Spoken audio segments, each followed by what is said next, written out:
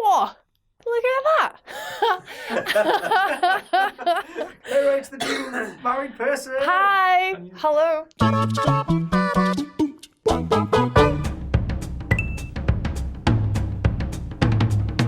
Hey, Rach. Hey! Freshly married Rach from I all around am. the world. Yes, I have a bit of the cold. I caught a cold whale watching off the coast of Iceland. How badass does that That's the sound? best way to catch a cold. The best cold, yes. Didn't see any whales though. Saw some dolphins. They were And a nice. seal?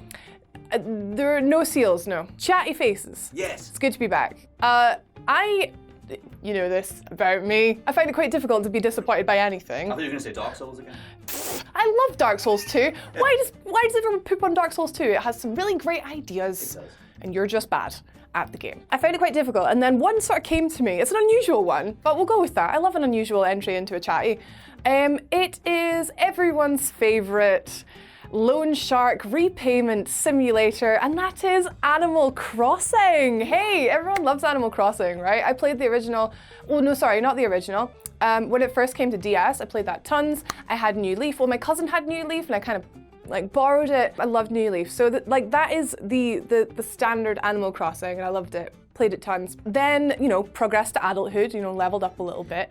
And I'm working in game and I see that there's a new one coming out and I'm like, where did this come from? Like, I've literally heard nothing about this. And it was called Animal Crossing Happy Home Designer. And I was like, oh, this is adorable. It gets a like, because obviously the original games had an element of like, buy furniture, place furniture, love life. And I was like, so Home Designer's got to be like a better version of this, right? So I made the fatal error of not looking up anything about this game. I heckin' pre-ordered this game. I knew nothing about it other than it was Animal Crossing. I thought, I'm gonna love this, it's gonna be great. And I bought it, stuck it into my 3DS, stuck it on in there, turned it on, played it for an hour and was like, what the butts is this? I was so crushed. I was so disappointed. And then you may be like, Rachel, it's your own fault. You didn't even look up what it was. Polly the parrot comes over and she's like, I need a new pink hoose, and you make it a pink hoose. And then Nellie the elephant comes over and is like, I want a blue hoose, and you make her a blue hoose. That's it. Yep. It's awful. And there's no fishing, there's no museum, there's no fruit falling from the trees, which this is another reason, of course, why I'm very excited for next year's Animal Crossing Ultimate Mega Switch Deluxe Edition. Super Edition. Vaulting Over Rivers Edition. Yeah. I've forgotten what it's called, haven't I? It's called New Horizons. New Horizons. Very excited. Very excited. A really recent one that I've played, because I used to love Devil May Cry 4, right?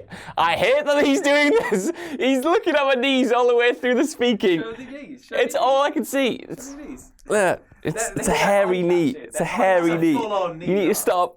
I can't. I need to look at him in the eyes. I'm only staring at his knees. But it's got answer the question. The eyes on the prize. Okay, go on then. So yeah, it's Devil May Cry 4, because I played it back when it came out, but it was my first foray into the Devil May Cry universe, and I absolutely loved it. Even though everyone hated Nero at the time, I thought he was a really good character. He was young, he was cool, he had sexy hair that I kind of wanted, except not great at the time, and I had no real connection to Dante. I hadn't played the other games, so I just jumped in, and I wasn't really into spectacle fighters, and it completely blew me away. I thought it looked beautiful, I thought it played really well, and the story was interesting. I always remember the boss battle where you have to walk up a bunch of stairs and you have to fight this sort of angel kind of guy with a big shield, and I remember beating them and just thinking I was the best, gamer of all time, because I just had the mad skills. Anyway, I didn't really jump into any of the Devil May Cry games. I played DMC a little bit, but then this past month I've gone back and played them all. And it's been a weird experience, because I thought 1 was really good, I really didn't like 2, I thought 3 was amazing,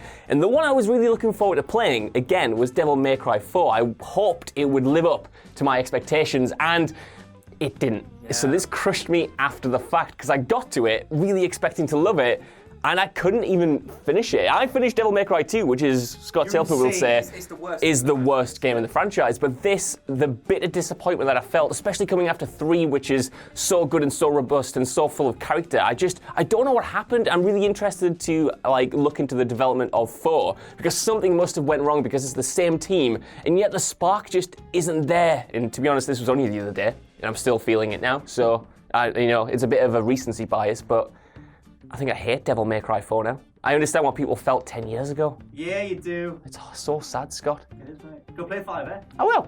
Forget about The Witcher 3 Wild Hunt. Forget about The Legend of Zelda Breath of the Wild. Forget about Grand Theft Auto. The greatest open world game of all time is Just Cause 2 from 2010. Yes, Scott, it is. Okay. But it's incredible how you can take a formula so silly and yet so perfect, replicate it almost one-to-one, add more and more to it, and still manage to somehow mess it up, because Just Cause 3 and Just Cause 4, as much as they're games that on paper should just be Just Cause 2 and should just be the best thing ever, somehow they weren't. And I can't really put my finger on exactly why they were so disappointing, because again, it's the same guy, it's the same, I think it's relatively the same engine, updated graphics, like bigger worlds to play with and more stuff going on. You've got your tethering, you've got balloons, you've got boosters, you add to things. Triggered explosives became something you will have indefinitely, whereas in Just Cause 2 it would be all I'd spend my money on was loads of triggered explosives.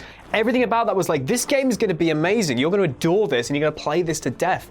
But somehow Avalanche just, I don't know what they did. Just Cause 3 and 4 became not even caricatures, just like shadows of their former self in Just Cause 2. Just Cause 1 isn't worth playing, but somehow they managed to cock it up. And it was such a shame to see, because even like all the pre-release trailers and everything, it's like, this looks incredible. And then you get it and it's like, but it's not Just Cause 2 again, which it should be, but how will they manage to not do that? And it makes me very sad. And even then, like Just Cause 3 and Just Cause 4 are both, on a technical level, very, very badly produced games as well. Even though there were 5 years between Just Cause 2 and 3, the game runs like butt. So. But butts are great. Yeah, they are, but not in. This is a bad butt. Oh. This is a bad butt. I don't know how that's possible, but it's a bad butt. Also, 2 weeks in a row, Micro Machines World Series. Well, I'm going to begin by telling you a little story about. It's getting on for 25 years ago now. This was 1996. Just to say, this might surprise you, but I wasn't a particularly outdoorsy child, right? So, and when I was at school, a friend and I, we were given permission by the teacher to stay indoors during playtime, just so we could design our very own Sonic game, right? And I justified, this was just after Sonic and Knuckles came out, so I justified that by the time we finished designing it, Sonic 4 would already be out.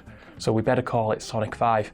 Made perfect sense, and it turns out it was correct, because come 2010, we still hadn't finished designing it, and Sega announced a new project which released a little silhouette, and it turned out it wasn't Pikachu in a sombrero, it was in actual fact Sonic 4. So after years of waiting for a brand new 2D console Sonic game, it finally comes like all our dreams come true.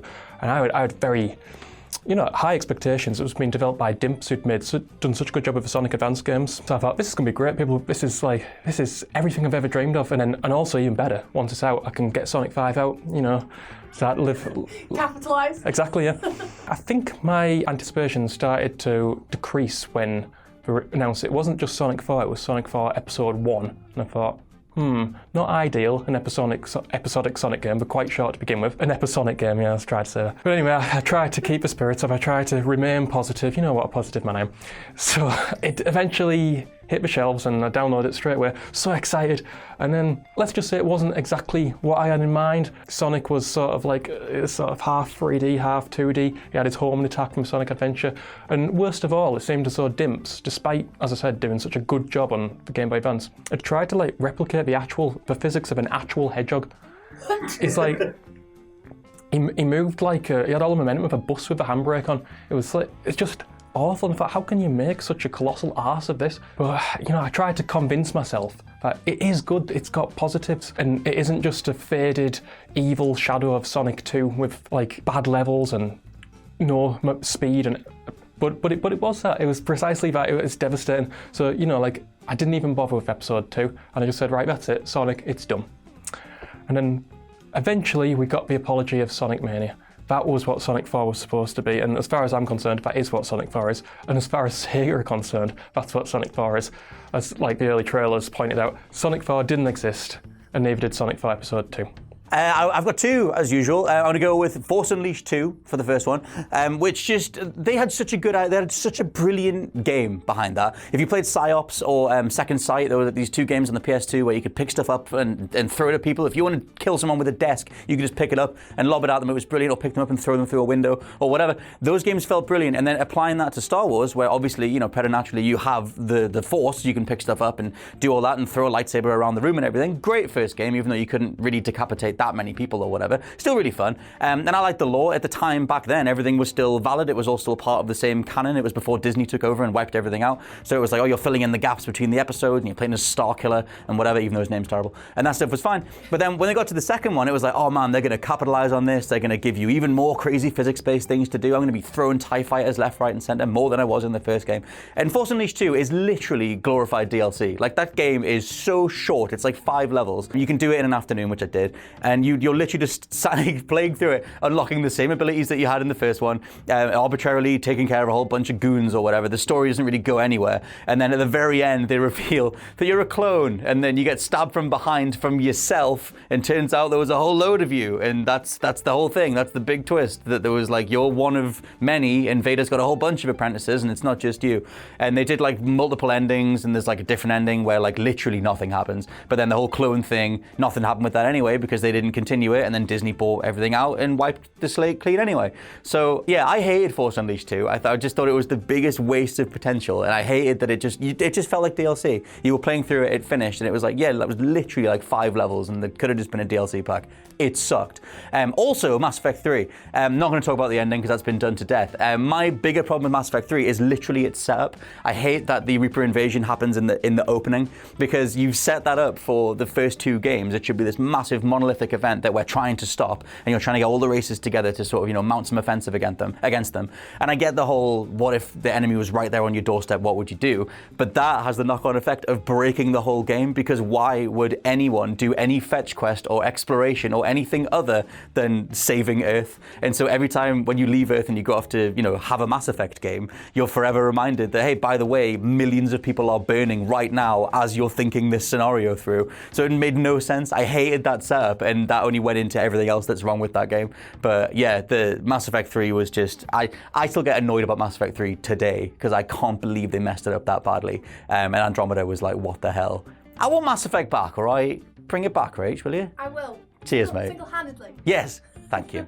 So I am a huge fan of the Crackdown franchise, but I really need to prefix that by saying I'm actually a huge fan of the first game. I think the third game was god-awful, and it just was sent out to die. In fact, Josh Brand did a list on that, I'm pretty sure. But the one that crushed me was actually Crackdown 2. The problem with this is that the developers realized that they were onto a sort of gold mine with Crackdown 1, letting you loose in a city as an agent with superpowers and smashing up stuff and throwing cars at people. It was immense fun. And they went away from that and thought, right, let's take back all of the feedback that we've got here, think about improving it. Now, what were the problems that people had with it? They said the story was a bit sort of floaty and didn't really have much weight. They said the gameplay was fun, but shallow. Okay, good. So how are we going to address this? Oh, we'll set it in the exact same goddamn map, apart from it's gone through an apocalypse now and then there's mutants. We'll make the story absolute drivel and the gameplay ridiculously shallow. And I remember sitting there going, guys, how have you messed this up? You had a year and a half to improve on it. They used the same bloody map and the same bloody engine, even the same character models, and people were like, why is this not a DLC? You're charging a full price for a game that actually added in less. It added in multiplayer. You got a wingsuit, mate. Well, did you need any other way to get around the map? Yeah. Flying. Scott, honey, baby, come on. Come on. You're not wrong. That wingsuit was cool, though. It's smaller. Be real with me, man. Be real. Scott, be real with me. Okay. You didn't. Oh, I've almost gone cross-eyed doing that. But yeah, it was a fun game, but everything they added to it felt like it was taking away from what made the first game special. And when Crackdown 3 came out, obviously, I was there like, oh, fuck, that is a bad game. So yeah, it crushed me, and I kind of lost interest in the entire franchise, and not even the power of Terry Crews could make me care about that. And Terry used to love Crackdown. Terry loves Crackdown.